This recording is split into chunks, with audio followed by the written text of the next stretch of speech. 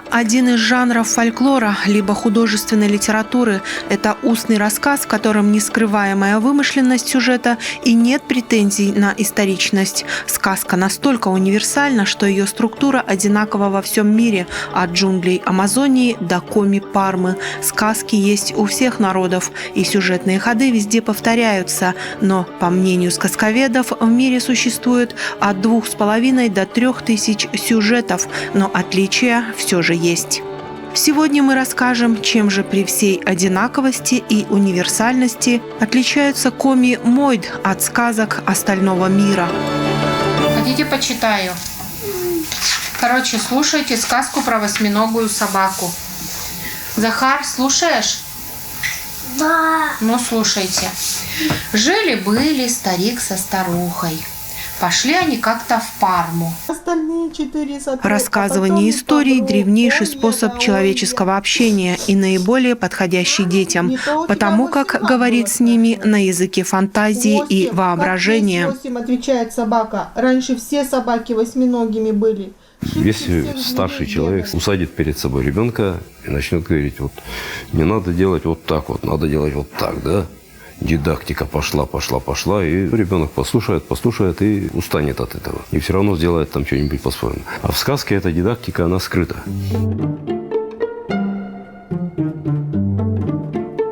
Сейчас сказки считаются исключительно детским развлечением, но так было не всегда. Коми-мойд вплетался во всю деятельность зырян.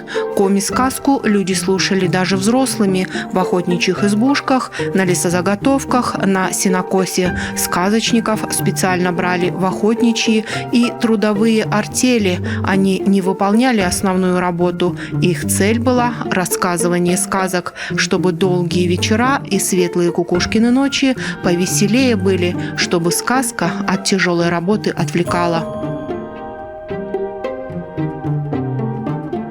Охотники вечером возвращаются, и сказочник обязан был рассказывать сказки до тех пор, пока последний слушатель не заснул. И в конце на всех раскидывали добычу, кому что досталось, и он получал полный пай. Сказки у коми выполняли производственно-магическую функцию. Волшебные истории предназначались лесным духам. Якобы лесной демон, пока слушал сказки, оставлял без присмотра лесных животных, которые и попадали в капканы и ловушки охотников. Существовали у коми и определенные сроки рассказывания сказок. Существовала такая традиция на Сыселе, что сказки можно рассказывать только зимой и вечером. Существовало поверье, что если рассказываешь летом или днем, потому что услышит сорока, которая вечно в селе обитает, потом расскажет и медведю, придет медведь и корову вашу задерет. А медведь – это демон. Он же тоже любит слушать сказки, естественно. Или ложки теряются в доме, потому что ты нарушил этот обычай, ты становишься беднее, исчезает пища. Коми-сказка, она больше наследует восточную сказку. В коми-сказках очень часто несколько сюжетов переплетаются, иногда даже параллельно идут, создается повествование авантюрного типа даже больше.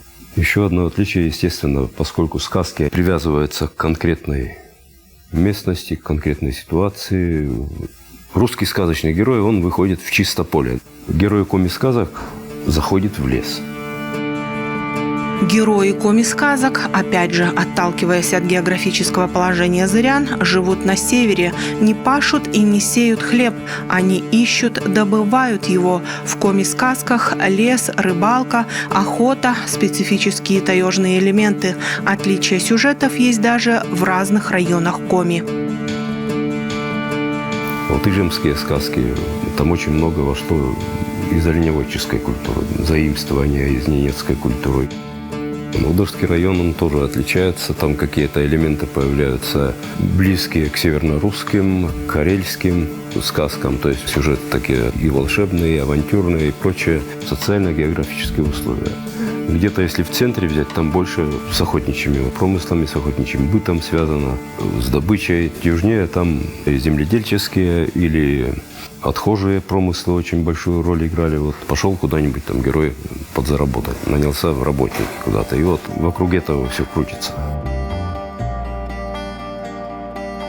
Хотя во многих трудовых и лесных артелях сказочников почитали, считается все же, что в Коми не было сказочников-профессионалов. Лучшие исполнители, балагуры и эпики знали до 30 сказок. В основном это были мужчины. Хотя самая известная сказочница Соломония Пылаева впервые услышала их из уст своей бабушки. Затем, став взрослой, она начала сочинять сказки своим сыновьям. Их у нее было 5. Положу малыша спать, говорить не умеет еще, а показывать может звукоподражательно. Показывает так.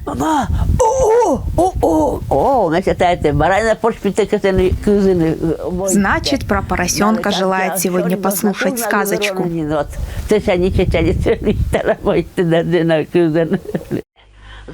Несмотря на всеобщую любовь и почитание, Соломонию Пылаеву сказителем либо писателем назвать трудно. Кто в окно запрыгнул, кто в двери пошмыгнул. С одной стороны, мы не можем ее назвать сказительницей, сказочницей, потому что она перерабатывает по-своему те традиционные приемы, те традиционные сюжеты, традиционные образы в соответствии с своими творческими задачами.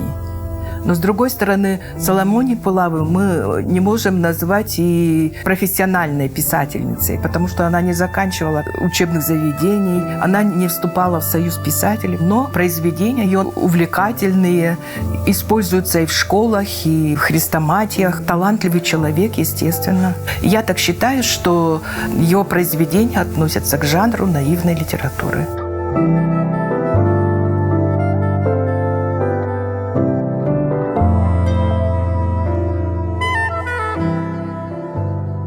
Сказки Соломонии Пылаевой, они поучительные, они очень добрые, они яркие. Книжка «Шанишка» у детей и у родителей пользуется спросом. Там крупные буковки. Коми-сказки часто нужно обрабатывать, прежде чем показать детям, потому что там есть моменты, которые детям не расскажешь. Жестокость есть. Отдали дочку за сына Йому, а сына-то у нее И никакого. вправду в сказках вырезают ремни с человеческих спин, отрубают ноги, руки, калечатся герои и даже погибают. Фольклорист Олег Уляшев, собиратель и издатель коми-сказок, утверждает, что сказочный текст – это символический текст. Убивая противника, герой уничтожает не человека и не конкретного персонажа, а зло, как таковое, нечто враждебное. В основе сказки сельский мир, деревенский мир, в основном преимущественно.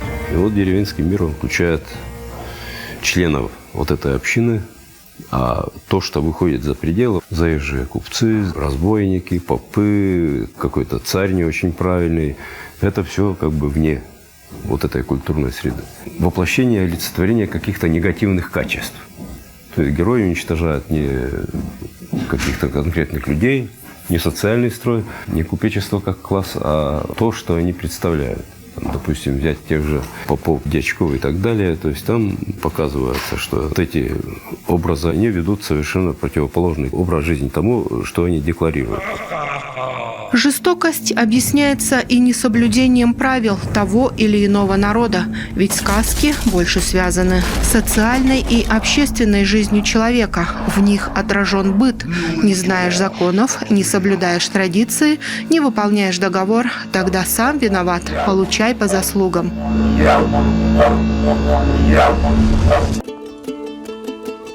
Вот пример сказки. У братьев на охоте потух огонь. Без огня в зимнем лесу верная смерть. Братья отправляются на поиски огня и по пути к Ягморту встречают и Шердын, и Куран, и Гыр, хозяйственные предметы зырян.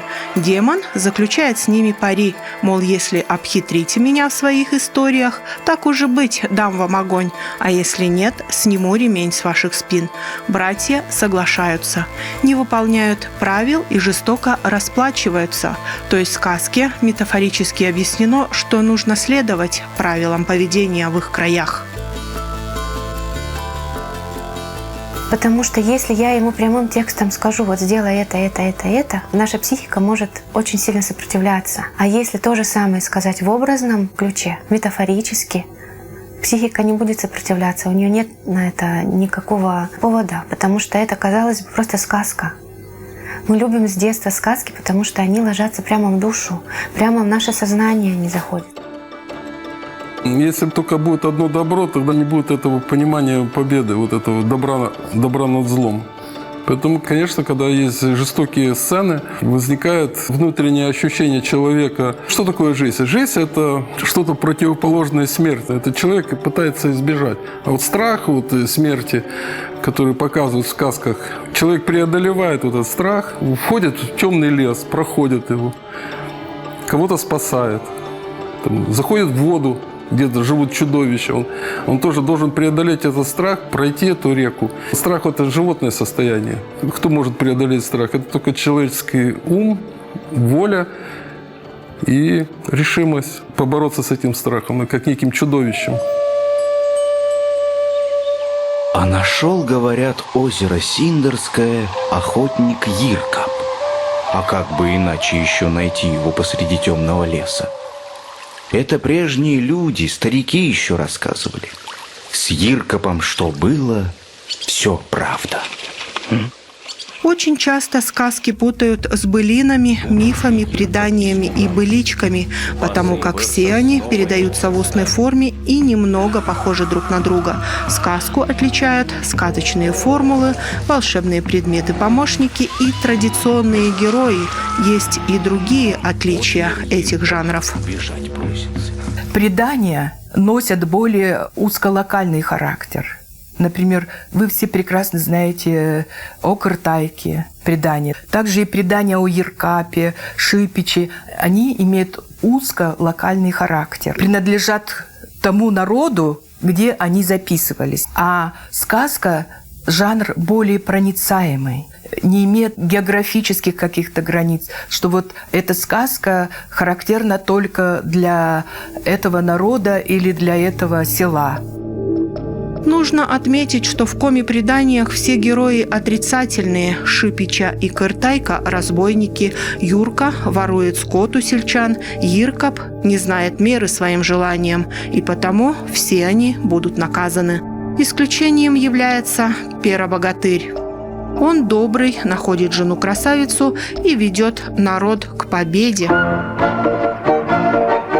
Долго Пера жил на свете, много подвигов свершил он, и народ запомнил Перу, и о нем сложил он сказы, да о радуге Энешке, что сияет над землей. Часто говорят, есть сказки о Пере, богатыре. Сразу говорю, Пера-богатырь – это не сказочный герой, это эпический герой. Мифы, они говорят о мироздании. Эпос говорит о каких-то исторических процессах, которые происходили или, возможно, происходили с народом конкретно. Появляется род, племя, народ какой-то и эпический герой, который ведет, выводит народ, потом оказывается ненужным. Его в основном в большей части эпических текстов убивают потом или изгоняют. Потому что в мирное время эпический герой не нужен. В сказках разных народов главный герой в самом начале часто ущербный. Седун – ленивец, Иван – дурак, девочка-свиреченца. Жили-были старик со старухой, и была у них дочь ростом с веретено. Пришла к ним Йома и говорит: У вас дочь сверетенце, а у меня сын ростом с палец. Отдайте дочь замуж за моего сына. В конце сказки дурак становится царем. Почему же так? Почему какого-то неправильного брата сказка делает основным героем? По мнению Олега Уляшева, это символический путь души. Старший умный был детина. Средний сын и так и сяк. Младший вовсе был дурак. Старшие братья – правильные, веками жившие одной и той же жизнью и не выходившие за рамки традиций.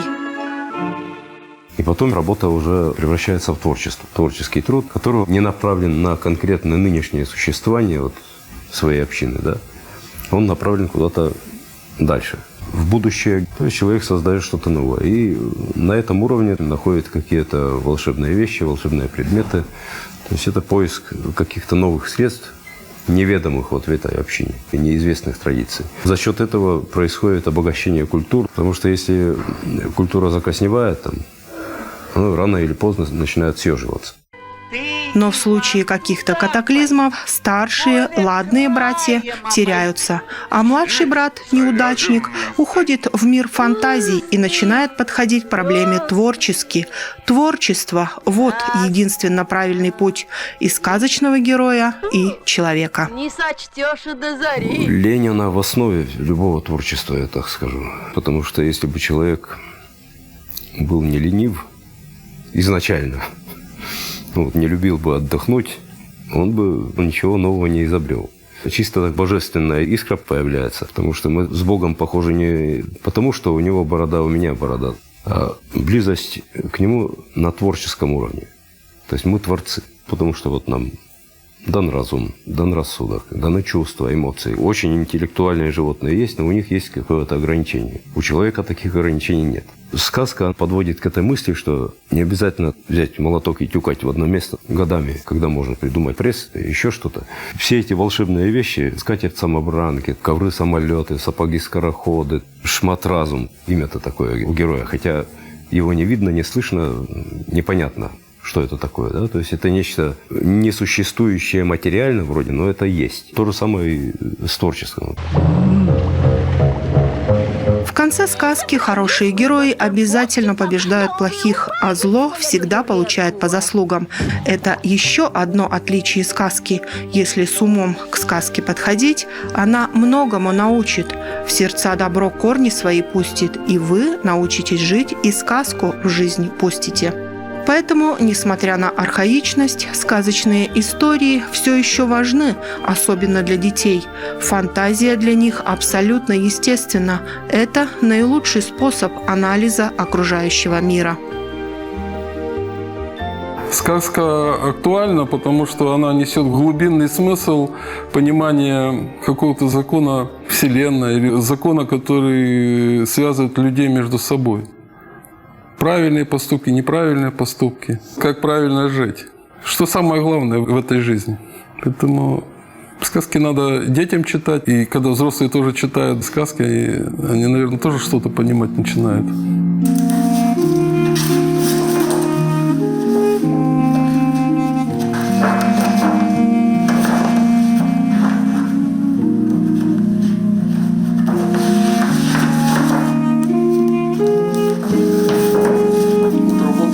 Я помню свое детство, когда я еще читать не умел и писать. Мне неинтересно было даже смотреть на эти буквы, потому что когда ты видишь иллюстрацию, ты все понимаешь сразу. И не надо читать даже. Образ, он доходит до тебя сразу. И поэтому книжка, которая в детстве без иллюстрации, она мне была неинтересна. Что там? Ну, что, буквы. Юрий Николаевич Лисовский, иллюстрируя коми-народные сказки, использовал очень интересную технику – спираль. Посмотришь на рисунок и как будто сразу всю сказку понимаешь. Каждая сказка, она имеет начало и конец. В этом случае я постарался в одной иллюстрации запечатлеть все действие этой сказки. Начало – это как бы центр, и шла по спирали развития. Как сама жизнь, потому что галактики крутятся по спирали. В природе деревья растут по спирали, цветы растут по спирали. Также и жизнь человеческая раскручивается по некой спирали, такой условной. Так же, как и сказка.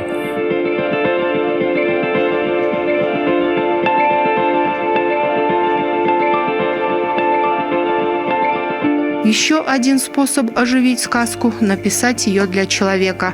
Анастасия Кашлец, практикующий психолог, говорит, что часто использует сказкотерапию в своей работе. Сказкотерапия – это подвид проективного метода работы. Почему проективного? То есть как будто бы мы берем с психики нашей какие-то образы и проектируем их. То, что у нас сидит, непонятно, каким образом варится в голове, и это все, чтобы проконтролировать, исследовать самому, очень трудно. И сказка, образность, метафора — это все такие секретики, с помощью которых мы можем вот это все, что варится в голове, спроектировать в образы, спроектировать в сюжет и вывести на чистую воду, в прямом смысле, на чистый лист все, что у нас внутри. Анастасия подчеркивает, что сказочные метафоры распаковываются постепенно.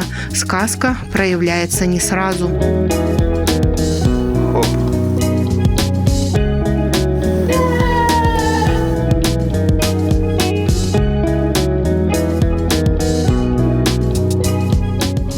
И иногда бывает, что потом уже мне говорят те, которые мне написала: слушай, а у меня-то сбылось то, что мы написали. То, что ты придумала, то, что ты вывела, то, что ты услышала в моей ситуации. Ведь так ведь все и развернулось. Уже только потом понимается. Даже если я все смыслы рассказала, карту образов написала, все рассказала, вот это значит, это значит, что-то все равно остается потайное, то, что не сразу человек может увидеть. А каким-то образом в жизни случается.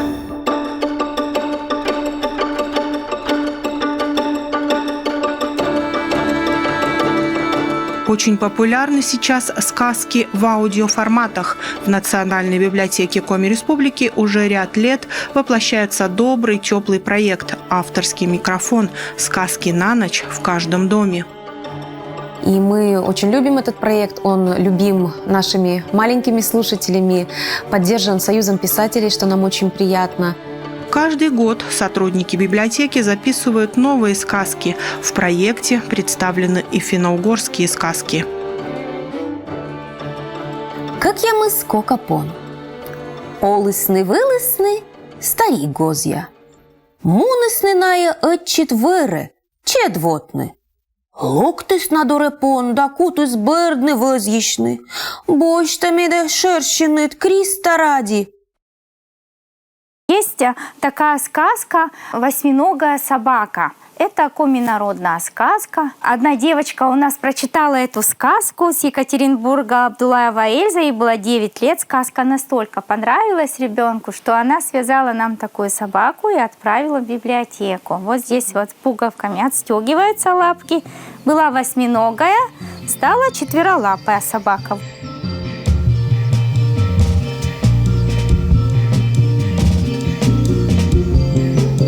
Развитие сказка в наше время получила, как ни странно, и в туризме. Удивить архитектурными достопримечательностями или памятниками природы в Коми-глубинке получается не всегда. А вот традиционные обычаи, быт и, конечно, сказка приезжими благостно принимаются. Гостевой домик сказки Коквицкой горы знают многие. В допандемийные времена сюда приезжало до 400 туристов в год. Сейчас, конечно, эта цифра поменьше. По легенде, каждый персонаж сказок заселяется в своих домах. Например, Олоща живет вот в этом амбаре, а Васа поселился в колодце.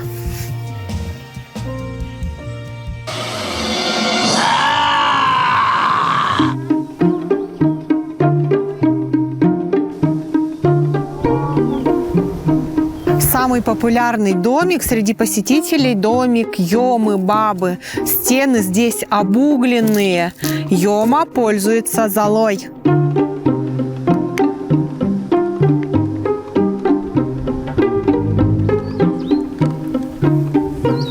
Морт, правда, еще думает, какой домик здесь выстроить, он еще не решил. Гостевой дом и по совместительству музей разделочных досок уже знают по всей России. Находится в Ижолты. Он, между прочим, занял 3-е место среди 147 музеев нашей страны.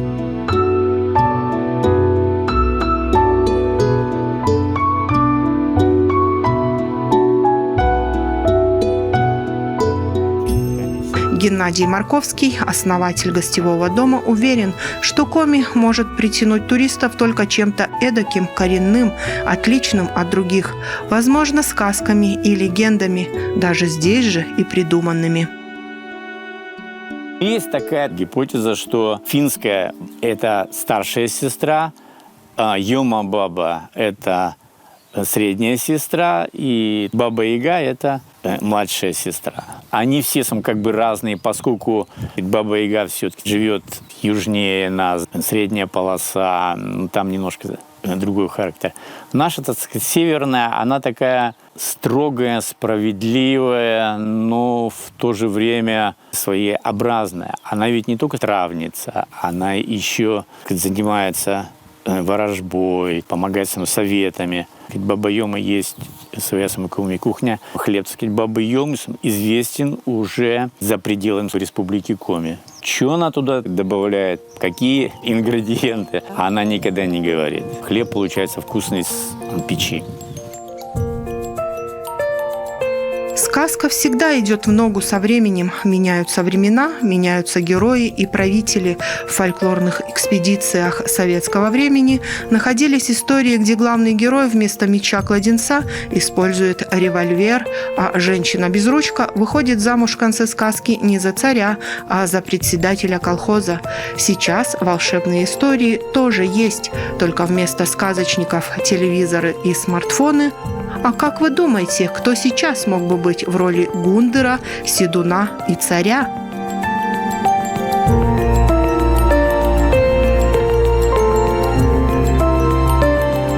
Сказка и сердится, и улыбается, и обманывает, но как шелковый клубок вперед катится. Доброго человека, умного, талантливого за собой зовет, увлекает. И, конечно, жизнь понимать учит.